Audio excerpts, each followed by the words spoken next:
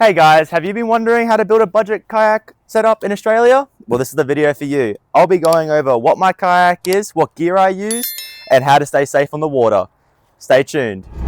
So my kayak is a brand called Kingfisher. It's an Australian made brand. I got this bad boy kayak off the kayak itself off Marketplace.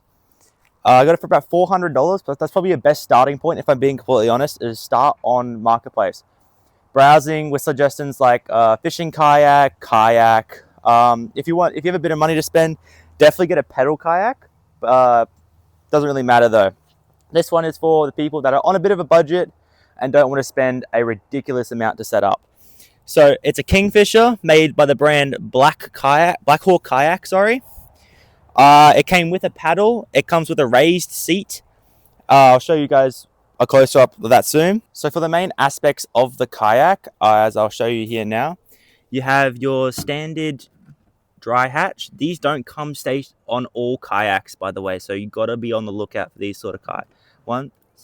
I usually store my bungs that I have that go in the back of my kayak where my trolley wheels are.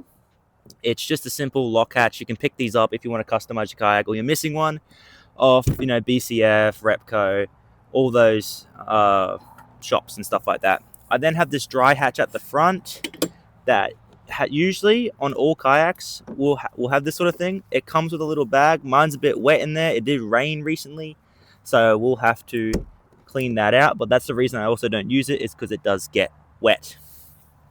This is a 3-meter kayak. I am a 6-foot person and I fit in it perfectly. It is 90 centimeters wide and it is a beauty. I recently took it out Sunday just gone and caught a good solid few fish. Unfortunately, I was not recording then as I did not have my gear on me.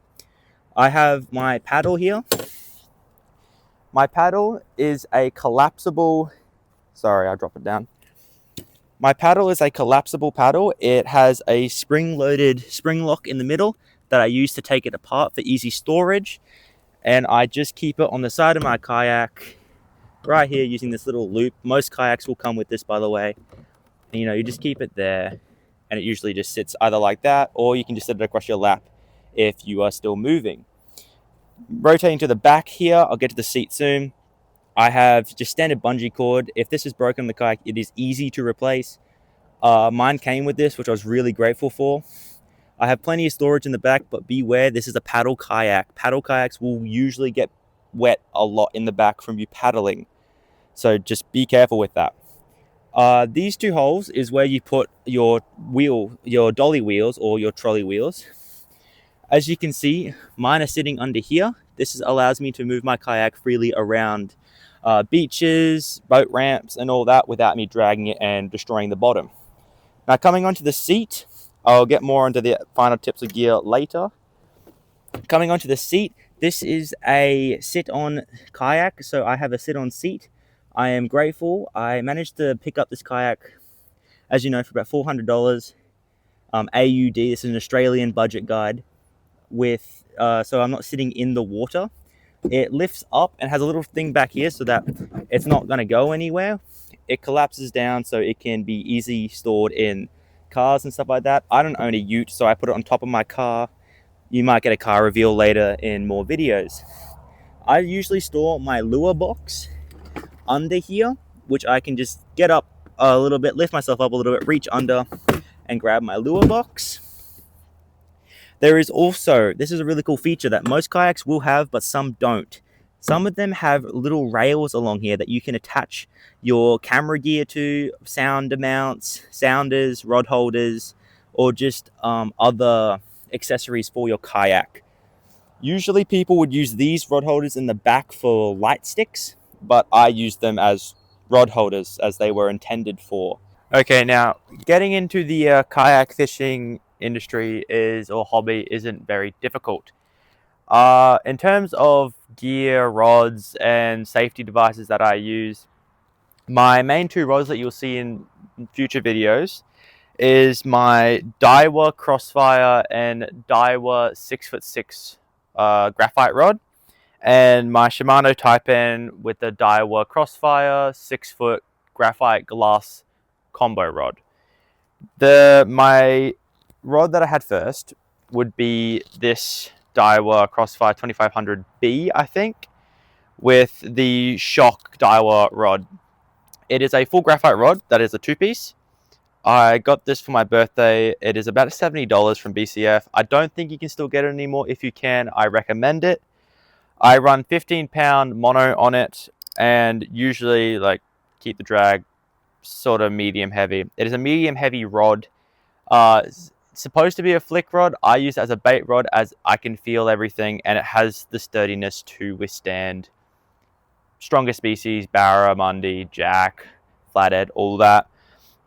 Great reel, great rod. I highly recommend these. You can pick them up for about $70 from BCF if they're still available. If not, then just find whatever pleases you. Now, this rod is a bit more on the pricier end, I will admit that, but still, it's also not that expensive if you find it at the right time. This is my flick rod, so my lure rod. It is a 6-foot glass graphite combination rod. It is a Shimano Taipan rod that I got for $50 from Anaconda. It was on sale. They usually sit about $195 to $100 AUD.